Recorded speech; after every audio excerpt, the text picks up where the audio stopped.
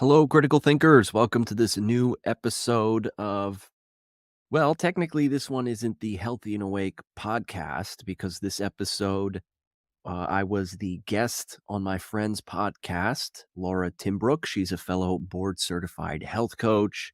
If you've been following the show, you might recall that there was another episode, an earlier episode, where I talked about persuasive marketing and influence and corporate propaganda and all that good stuff. And same thing. That's where I was a guest on her show. So this one today is on cold exposure, and it turned out so good. There's really something about, like, Laura just really gets it. She's really a cool person to talk to, and I really enjoy the conversational aspect of, getting this sort of information out there as opposed to some of the episodes where, it's just me talking into a microphone. So with that in mind, I think you're really going to find this one more engaging, uh, maybe even more entertaining, and at the very least, more informative because there's a lot of cool stuff around the topic of cold exposure that maybe you haven't heard before. And this is something that I've been doing for years, a very long time. And as torturous as it can be, it's something that I've grown to enjoy. But without further ado, let's get right into it. Here is Laura Timbrook's episode. Her podcast is called The Shift Health Coach Podcast. Please check the show notes. Make sure to subscribe to her show. She puts some cool stuff out there. And yeah, here's the episode. Have you been hearing about all the hype about ice baths and cold therapy, cold exposure? Are you wondering if it's really worth freezing your ass off for these health benefits? Do you wonder how long you actually have to submit to the cold exposure to receive benefits? Well, in this episode, we're breaking down the science to see if cold therapy is something you would like to invest your time and comfort in. Today we have special guest with us, Mike Vera. Mike Vera is a national board certified health and wellness coach with a bachelor's degree in psychology from Temple University and a master's degree in exercise science and health promotion. With a concentration in sports psychology and performance enhancement, Mike has a wealth of knowledge and experience in the health and wellness field. In addition to his work as a health coach, Mike also serves as a research lab manager in cognitive psychology at Penn State University. Mike is also the owner of Red Pill Health and Wellness. Mike helps individuals wake up to better health by guiding them to tap into their untapped potential. Well, Mike, thanks again for joining us on the podcast. I'm really excited to kind of have this conversation with you regarding cold exposure. I think so much of us, we see about these ice baths and, taking cold showers and things like that. And it's just, does it work? Like, is it worth our time to get into a cold tub? I mean, some of these ice baths can get really expensive, but at the same time, you could just do a lot of this stuff I was reading about. You could just do it in, the shower, turning your shower cold. So it'll be cool to kind of dig into this with you and some of your experience and stuff like that. So thanks for joining us on the podcast. Yeah, thanks, Laura. Good to be here. So as we get started, let's talk a minute about cold exposure and what it is a little bit. You want to kind of take the reins on this one? Sure. Cold exposure is probably the biggest thing I get pushback on whenever I discuss this with potential clients or current clients. It's like a type of exercise, really, because it's uncomfortable. You can adapt to the cold exposure. It's a type of eustress, just like exercise. And it's something that, although there is mixed research and a lot of research still needs to be done, like many things, there are some clear physical and mental benefits. So it's a cool free tool that people can use to help enhance their health. Yeah, and I don't think we can really talk about cold exposure too much without talking about Wim Hof.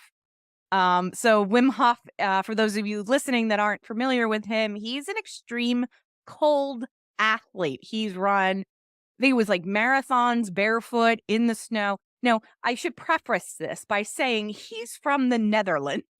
So he's from a Nordic climate, but he's really conditioned himself to really handle and adapt to the cold. Well, we're going to talk about some research here that has actually been done on him and that he's actually been involved with some kind of training, but he actually kind of does it in a few parts. He deals with the cold exposure. He deals with breathing and, he deals because he's an athlete in exercise. So it's really interesting when we start kind of involving that a little bit and where that kind of goes. So now, Mike, I know you deal with a lot of your clients. How do you generally involve cold exposure with some of your clients? I always like to bring it up because most people, when you say, like, what are some of the things you think of around a possible health routine? Everybody says diet and exercise or physical activity, proper nutrition. And so when we're brainstorming, if we want to get a little bit creative, just throwing cold exposure out there gets, at the very least, some interesting reactions. Um, and even as a board certified health coach, sometimes one tactic we can use to push our clients a little bit is to sometimes throw out some extreme possible suggestions, and they might push back on that, like, I don't know if I'm ready for that, but maybe I'm ready for this other thing. Mhm. So even as like a psychological tool, it can kind of be used to push clients a little bit, even if they're not actually even going to take a cold shower. But That's actually a really good point. I didn't think of it like that because it's almost like, I hate to say car salesman, but like they put you in the nicest car and you're like, yeah, I totally can't afford that. And then all of a sudden they put you in the next level and you're like, well, hold on, maybe I can go back to that other car. definitely, definitely. It kind of takes advantage of that anchoring bias where you give them a fixated point to focus on, even if it's unrealistic, and then it gives you a little more wiggle room to motivate them in some other way. And this is especially useful for people who have maybe been stuck. If a client has been coming to you and they really haven't been seeing much progress for whatever reason, this is kind of a tactic where you can push them a little bit more and throw something out like, "Hey, what have you thought about taking an ice bath every day?" And they're like, "Yeah, I don't know about that, but maybe I'll run in the morning or something like that." So it's a cool trick. Yeah, that is pretty cool. So I know you were doing some research. So what was some of the research that you kind of found out that was pretty cool and mind opening for you? Well, I love how you mentioned Wim Hof because it's such a unique routine that has some health benefits that is supported by research. So, of course, there are three components of the Wim Hof method. There's the breathing exercises, there's the physical exercise component of it, and then there's this meditative, the cold exposure. So all three of those together make up the Wim Hof method, and all three of those components have benefits on their own that are supported by research. But he actually takes this a step further, was examined in multiple scientific settings. And one of them in particular, he said, look, my cold exposure, the reason I'm able to climb Mount Everest in my shorts, the reason I'm able to sit in a tub of ice for 2 hours in the middle of Times Square with no issues is because of the power of the mind. And I can prove this. I'm going to train other people to use their mind on the level that I can. We're actually going to have them inject themselves with endotoxin, a type of toxin. And with the power of the mind, we'll be able to shake it off with no issues. And that's exactly what he did. So you have in this scientific setting, two groups of people. The one group, that was the control group, they actually got injected with something and they got sick. The other group, they got injected with something and they did the Wim Hof method and they shook it off with no issues just by using the power of the mind. And this is substantiated by the science. It's pretty cool. And it shows you that maybe some of these obstacles, if somebody feels held back or they're not accomplishing their goals, sometimes it's a mental roadblock because we can accomplish some pretty incredible things. Yeah, and I'm glad you brought up this because I always like to play devil's advocate a little bit. So I think this is going to be kind of cool when we kind of have this conversation. But it's really, first of all, that study was absolutely amazing, and I actually have it in the show notes. It's the 2014 Radboud University study. So if you go to the show notes, you'll actually see the study there, and I actually linked it to the actual study, not just the articles written. So you can kind of take a little bit of a closer look on it. And it was really amazing because, like you said, here's this group that got sick and a group that didn't get sick, and they were using breathing techniques. And it was pretty cool because even when they did the cold exposure, I think it was 2 weeks prior to this, where they were exposing them to the cold, they made them climb like a mountain in swim shorts and things like that. So they were conditioned themselves a little bit, but I did take a little bit of a closer look. And there's a few things that kind of came up, but we got to remember this is like a first study. So we're just seeing if there's anything here. You know, Mhm. we would almost figure this out like a phase 1 study. Like, is there something here? And what they did, it was actually 30 they were 19 to 27-year-old men. So it was all male population. It was all young. They were all in good physical health. But it did show us that there was some control. And that's what was crazy, because the thing that they were trying to measure is do we have control over our autonomic nervous system? Which, for those of you listening, that's like what tells our heart to beat, our body to breathe. It just is automatic within our body, and it's actually showing that we actually have some control. I think that was really cool in that study. Definitely. And I love how you did this. This is very important to do when you're talking about a specific study. A good scientifically oriented person doesn't extrapolate too far outside of the actual study itself. And so, yes, this was a specific population. And so those implications are limited. But what's very cool about Wim Hof in particular is that there have been some other studies that do show where he took. So let me actually first correct myself. I'm not exactly sure if there are studies on this. You can look on his website, there's some science, but I know he has taken groups of cancer patients, people with arthritis. He's taken some pretty sick people, and this is on video at the very least, where he's taken them to Mount Everest to climb, all in their shorts, and so that's pretty crazy. That's not what I'm referencing here is maybe not a scientific study, but it does show the power of the mind, how anybody can really, uh, set their mind to something and accomplish it. Yeah, absolutely. And I think, when we talk about something like that, we got to talk about the placebo effect, right? Because so many scientific studies are done where they're using placebo pills, because we know the power of the mind can be that crazy. It's unpredictable. We don't even know. And not only could it be used for, good, it could actually hurt us. It's like the placebo, and I think it's called the nocebo or something like that. So, it's really powerful when we realize how much our mind, our belief system can control our physical body. Yeah, for real. And with the autonomic nervous system, just like you said, it's in the name, autonomic. It's supposed to be automatic. What a nightmare it would be if we constantly had to consciously think of our breathing and all these little processes that are done automatically. But there does seem to be some capability of us to influence that in some way. And even for a while on some level we've known this with yogis who can slow down their heart rate to where it's almost even barely detectable and slow your breathing down and all these different autonomic functions. And now, what seems to be for the first time in recorded scientific history, we can consciously influence on some level that autonomic function. Yeah, and it was interesting. So because I just like to test things out on myself, I decided to try the Wim Hof breathing technique. And I can tell you, I only got to pass the first round because I kind of felt like my body was all over the place. So I could definitely see how training your body. So I'm going to link in the show notes to the Wim Hof breathing method. But basically, the first round is you're almost doing like a fast box breathing. That would be like the best way I could explain it. Like inhaling, exhaling, exhaling. It's about the same time, but it was fairly at a fast pace. And then all of a sudden, you're inhaling and you're holding it for a whole minute.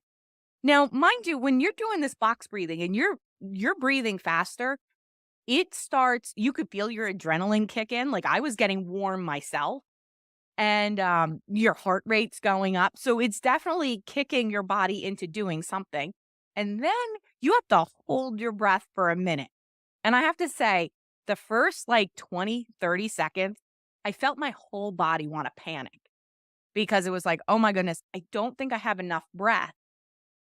But then as he walks you through this, he actually tells you to relax the internals of your body, like just bring everything in and relax. And the crazy thing was, once you started that, all of a sudden that next I'm going to say 20 seconds because the last 10 seconds was really hard for me. But the next 20 seconds almost got easier. And then they kind of wanted you to start it over again. I was like, I can't do this again. I'm like, I'm out on round one. But it was interesting. Have you ever tried the breathing method? Oh, for sure. I've done this for many years, actually, even before I was a personal trainer. That's when I had just discovered it. And you definitely feel a type of euphoria, that adrenaline rush when you're hyperventilating and you're breathing. I mean, technically, you're hyperventilating, and it's depleting all the carbon dioxide, which allows your body to saturate with oxygen, and that's part of where the euphoria comes in. Um, but this is another thing, like, we're long term, we don't know the implications of this. It feels cool, it can allow you to accomplish some pretty incredible things. It seems on the surface to be healthy, and I'm sure it is. But believe it or not, this is kind of a contentious thing for some of the health experts out there. I don't know if you're familiar with Buteyko breathing. There are some experts, and I'm not as familiar with this type of breathing as I am with Wim Hof, but it's kind of an opposing type of breathing exercise where instead of hyperventilating and increasing the amount of breaths that you're taking like you do in the Wim Hof method, this very much focuses on slowing down your breathing, trying to not hyperventilate and slow things down quite a bit. And I know proponents of that type of breathing exercise say, look, we don't know if this hyperventilation, if this is bad, if you can sustain this long term. What are the long term implications of depleting your carbon dioxide like this? And so, it's interesting. It's certainly worthy of more research. And it's almost hilarious that there's contention within like breathing exercise type of health routines.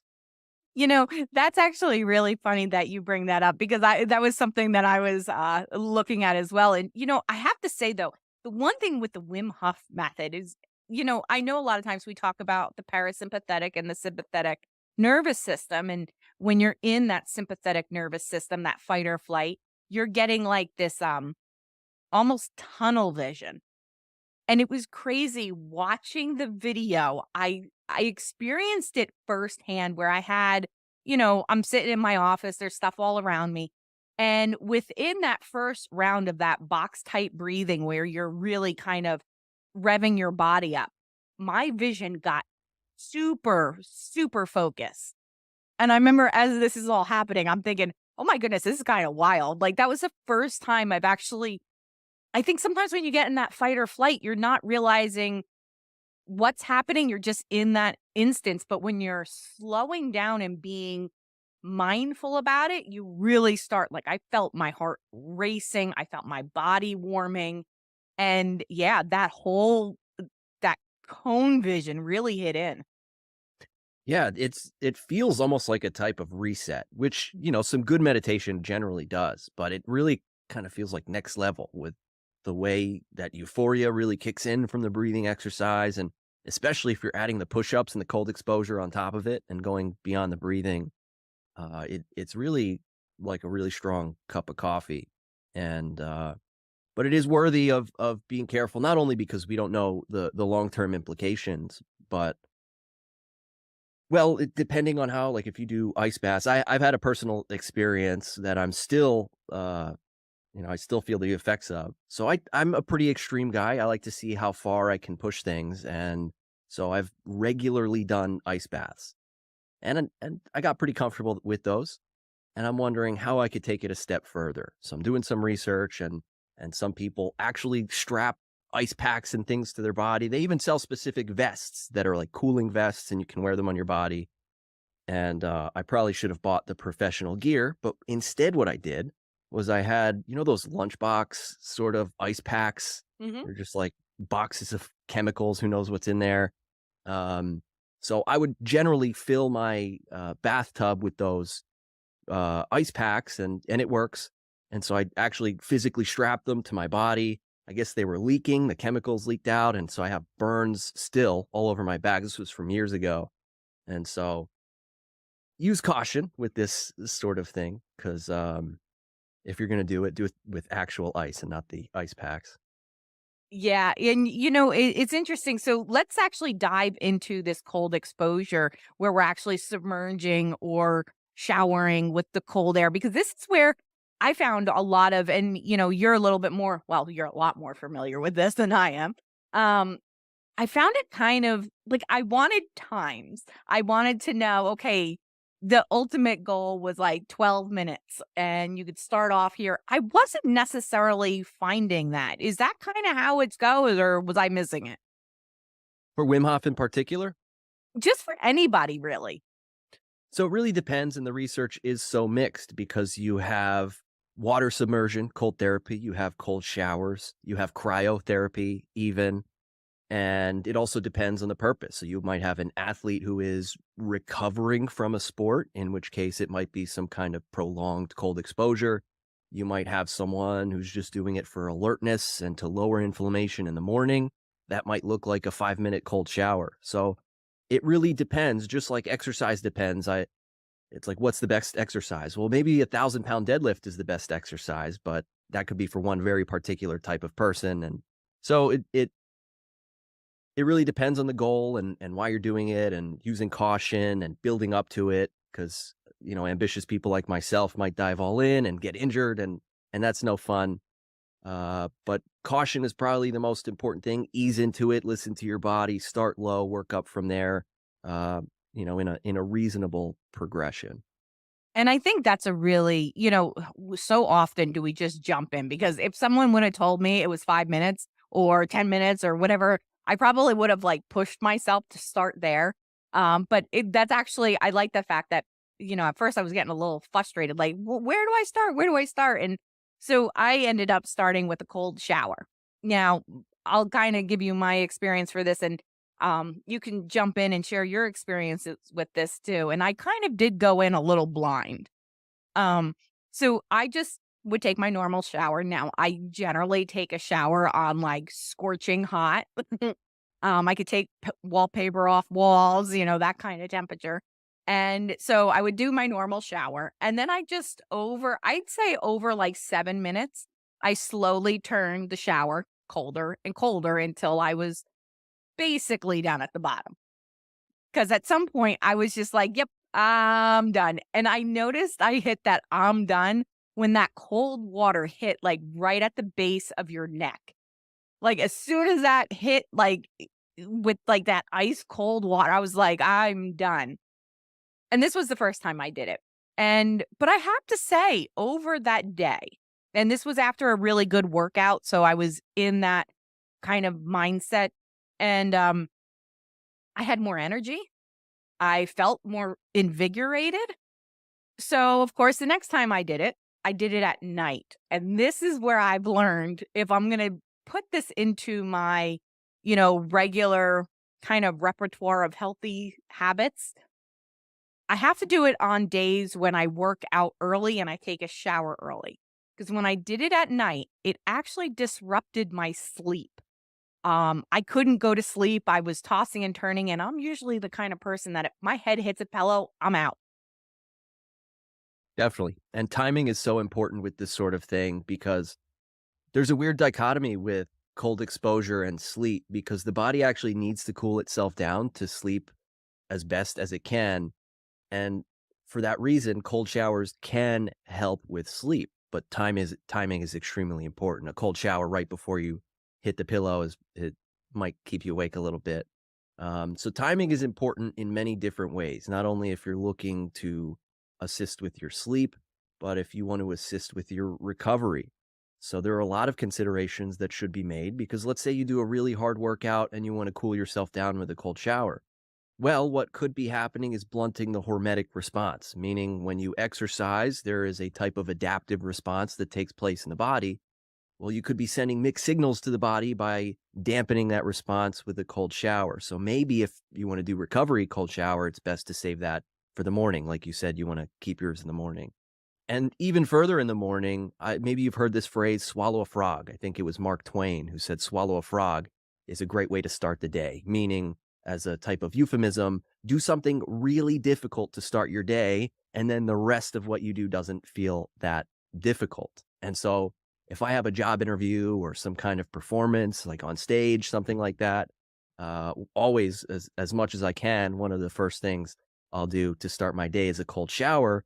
and it's like pre-stressing myself because I know I'll be stressed later. So let me just get it out of the way, kick in that diver's reflex with like that.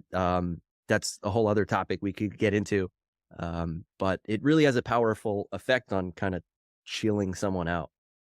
You know, the fact that you just brought up how we stress, and that's one of the reasons why cold exposure has gotten so, there's a lot of reasons, but one of the reasons is that the constant exposure to an extreme stress, which for a lot of people that cold air can be fairly extreme, it actually helps build resiliency as long as your body can adapt to it. And I think that's the big thing. And this is where, me personally, I would like to see a lot of the research go to, because we know that we've already seen in young males that there's these responses. We can kick up metabolisms, we can help reduce stress and pain, and we're seeing having control over the autonomic nervous system and stuff like that. I'd like to see it done in women because of our complex hormones.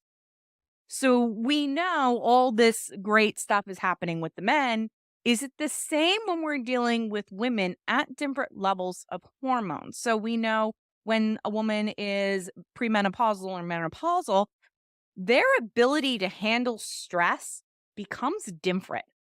So something that might work on a 20-year-old female might not necessarily work the same on a 60-year-old female.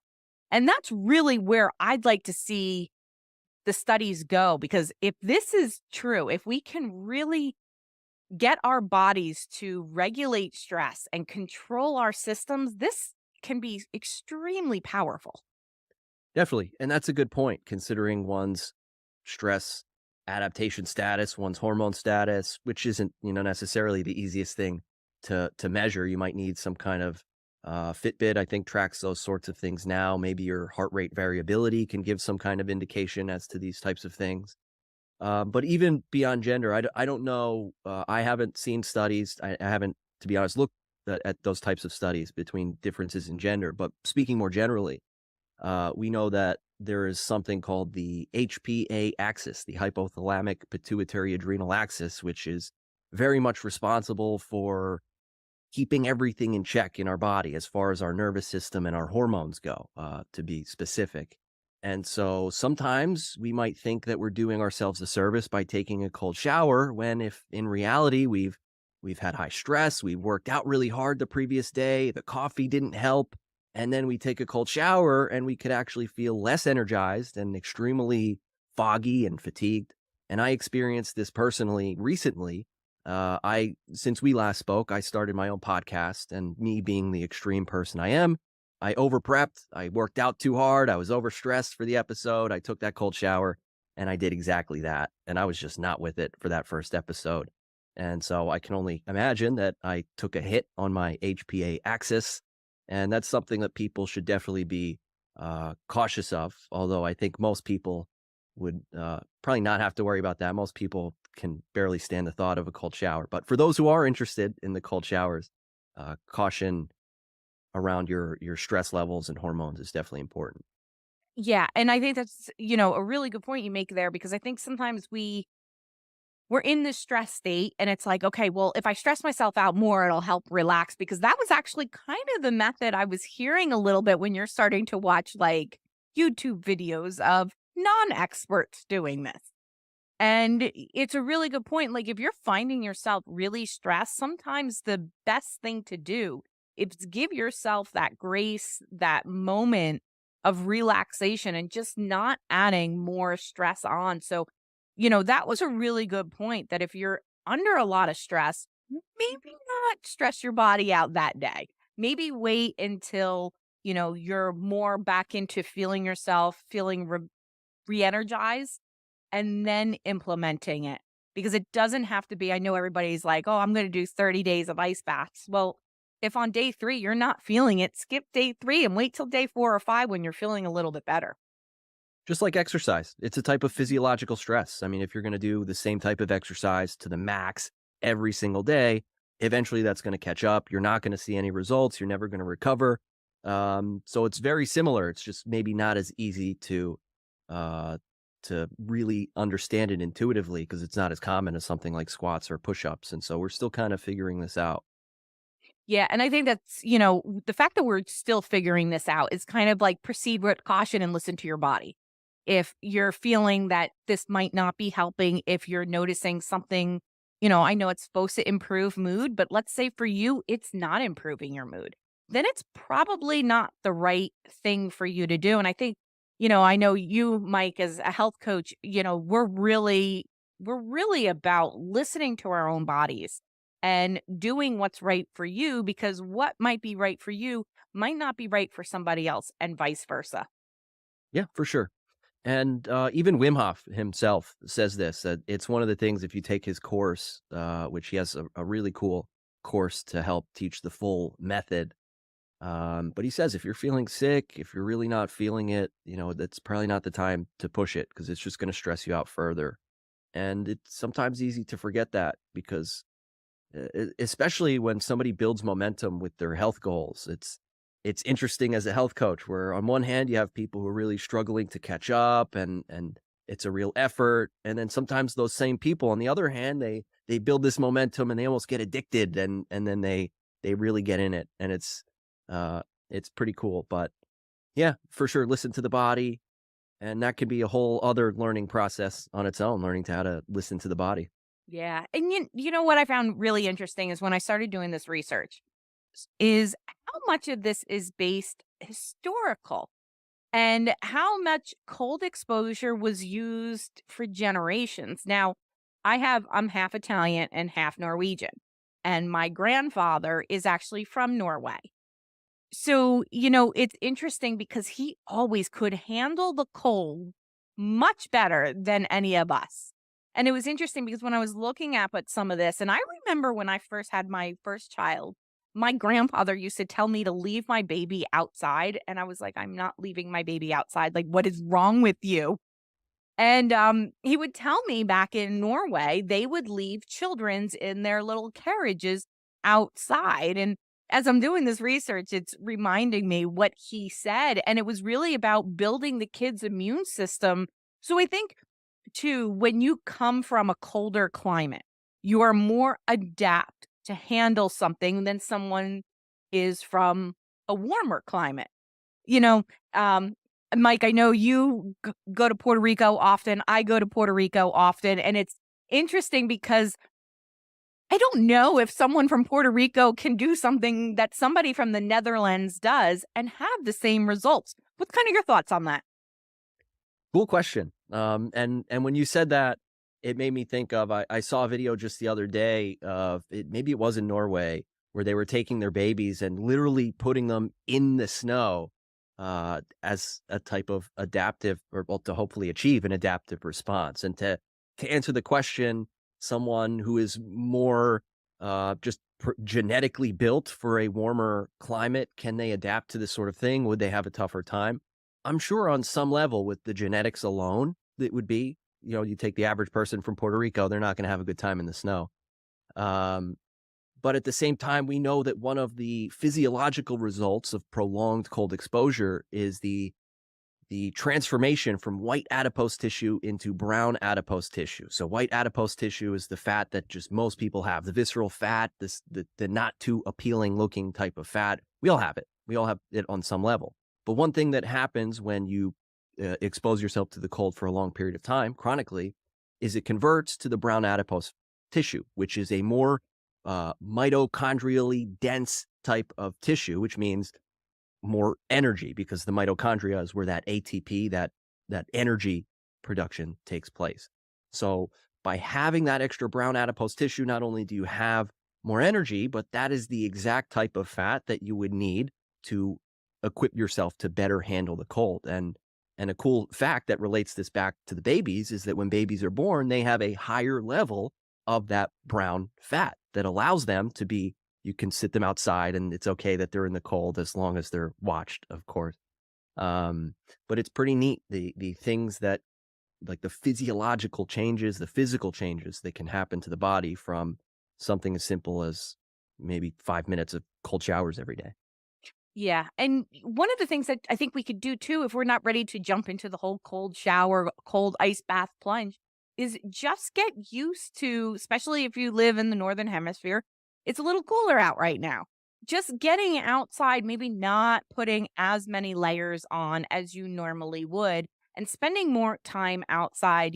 I have a friend of mine, Connor Moriarty. He comes on the podcast occasionally, and he talks about nature and outdoors a lot. And his favorite line is, "There's no such thing as bad weather, just poorly dressed people." And, I think a lot of times when we talk about health benefits and we're looking at the cold, one of the biggest health benefits I think we often miss is just being out in nature, out in sunlight.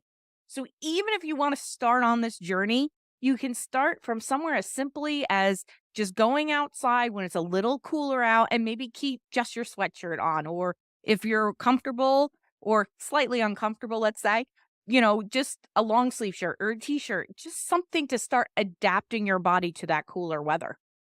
Yeah, and the sunlight aspect is so important. I know most people are aware, like, yeah, get some sunlight, whatever. But I mean, there are so many complexities to the fact that we respond to the sun. Our bodies respond to the sun in a very particular way, and we're learning still every day the way that our body responds to the sun.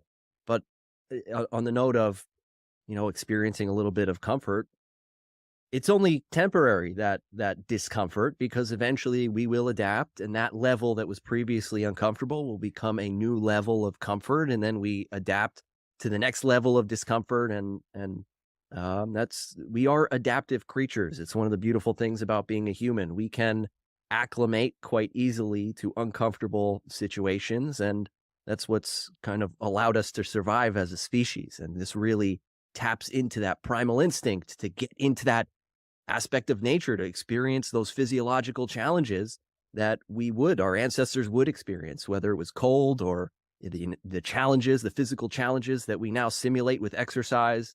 And I think we do need that, like, really on a primal level as people. Yeah. And you raise a good point there when talking about exercise. I know so many people that I talk to about the cold exposure. They're like, "Yeah, and you could do cold exposure and it same benefits as exercise." And I was like, "Well, wait a second here." I don't think it's necessarily the same benefit of exercise. I think it's another added benefit of exercise. But sometimes I think a lot of times we're attracted to the new and shiny, and cold exposure for a lot of people is kind of new and shiny, where, like you were talking about push ups before, people know about push ups. And, I would kind of say I would start off what we know is good and then add in what can be helpful. What's your thoughts on that? I can definitely understand the temptation to be attracted to that type of argument, that cold exposure is essentially the same as exercise, because on many levels it does offer similar benefits. So you get cardiovascular benefits. It benefits your immune system. It helps with lymphatic flow. It helps with your mood and feeling good. It does cause physiological changes, all of which are similar to exercise. But they each offer a specific thing. Like, if you need a screwdriver, a wrench is not going to do the job. So if you're trying to make your body physically stronger and build your muscle mass and strengthen your bones, well, you're probably going to want to do resistance training. If you're only trying to improve your cardiovascular system for some reason, maybe you're a runner, well, you're going to put more emphasis on aerobic activity. Now, if you're trying to specifically equip your body to better deal with the cold, or even if you're just trying to include some fun new activity as part of a well-rounded health routine with exercise, strength training, aerobic training, cold showers, sauna, whatever you want, it can be a fun component of a well-balanced routine. Yeah, and, that's something we haven't talked about is saunas. And I know that's a whole nother, it's basically the almost the exact opposite of cold exposure, right? It's heat exposure. So, I know this episode really wasn't about it, but, you brought it up. Let's just briefly dive into it. You wanna tell us a little bit about the benefits of, saunas? Yeah, saunas are another thing that, when I bring it up, some people are quick to dismiss it because it might seem unrealistic. It's like, well, I don't have a couple $1,000s to put a sauna in my house. But one of the cool things about Amazon is that there are pretty cheap, like $100 to $200 portable saunas that you can have. I'm looking at one right now that's here right by me where you can just set it up in your home. I like to say instead of Netflix and chill, Netflix and sauna, because you can literally sit there. It looks like a giant lunchbox. You have your head sticking out of there. And this is another thing that has been done for generations. It has many health benefits. It's something that can be fun and easy to fit into a routine. And it offers specific benefits. I know the most popular one talked about is heat shock proteins. Joe Rogan talks about this a lot. And the cool thing about heat shock proteins is that just like the brown adipose tissue with cold that equips your body in a specific way to handle certain challenges. Well, those heat shock proteins equip the body to better handle stress, certain types of stress, especially heat stress. And so it's almost like a type of muscle in its own way that we can exercise with chronic exposure to heat. And eventually, the heat that we feel now that's uncomfortable through practice in the sauna will not feel so hot once our body adapts. And the funny thing is, so we're talking about, the Netherlands and the Scandinavian countries using the cold. Well, when you deal with Ayurveda, right, they deal with saunas pretty decently. So it's interesting. I think there is definitely those benefits that we see from the cold exposure and the heat exposure. And it's just interesting because I always like to look back to see where some of this information comes from. And we did it with seeing the babies in the strollers out in the cooler weather. And, you even think about, as I don't know if you heard this when you were growing up, but I did as a kid from the 80s, like turn your shower cold. It was supposed to help your hair and your skin. And it's just interesting because when you start hearing this information and it's going from generation to generation, you start to kind of wonder, okay, it's obviously got something that it's kind of has a sticking point. And it's just interesting. I think a lot of what all of this is teaching, at least me, is that we need to step out of our comfort zones a little bit. Get comfortable being slightly uncomfortable and just trying new things because I think when it comes to different things, you can't know how something's going to work for you unless you try it. Yeah, and it's really I actually don't see it as an optional thing to learn to get comfortable with discomfort. Life is uncomfortable. I mean, it's just that's how it is. Life is very uncomfortable. There's always challenges. And so at the very least, this is the sort of thing we have control over. So we might not have control over some sort of work stress that might present itself or a family illness. Like those things are very stressful and we can't always control those things, but we can control our bodies, like the behaviors that we engage in to allow our bodies to adapt to types of stresses. So that way, I mean, I see it as you could make a case for it being a responsibility as a human to challenge yourself in some way so that you're prepared for the challenges that present themselves as you carry out through life. But I also, you mentioned like the different cultures and these sorts of things, the cold exposure and even saunas are ingrained in Finnish culture, in Finland. And so this is extremely normal. It's just ingrained in the culture. And just like here in America, we have our own normal things. It's pretty neat to think about the possibility of having such a healthy activity that strengthens the body being as just a normal, barely even thought about thing in society. It's pretty cool. Yeah, I totally agree, and I think this has been an excellent episode, and I think this is actually an excellent episode or point for you to kind of tell us a little bit about what you do, and if someone wants to work with you, how they can get in touch with you.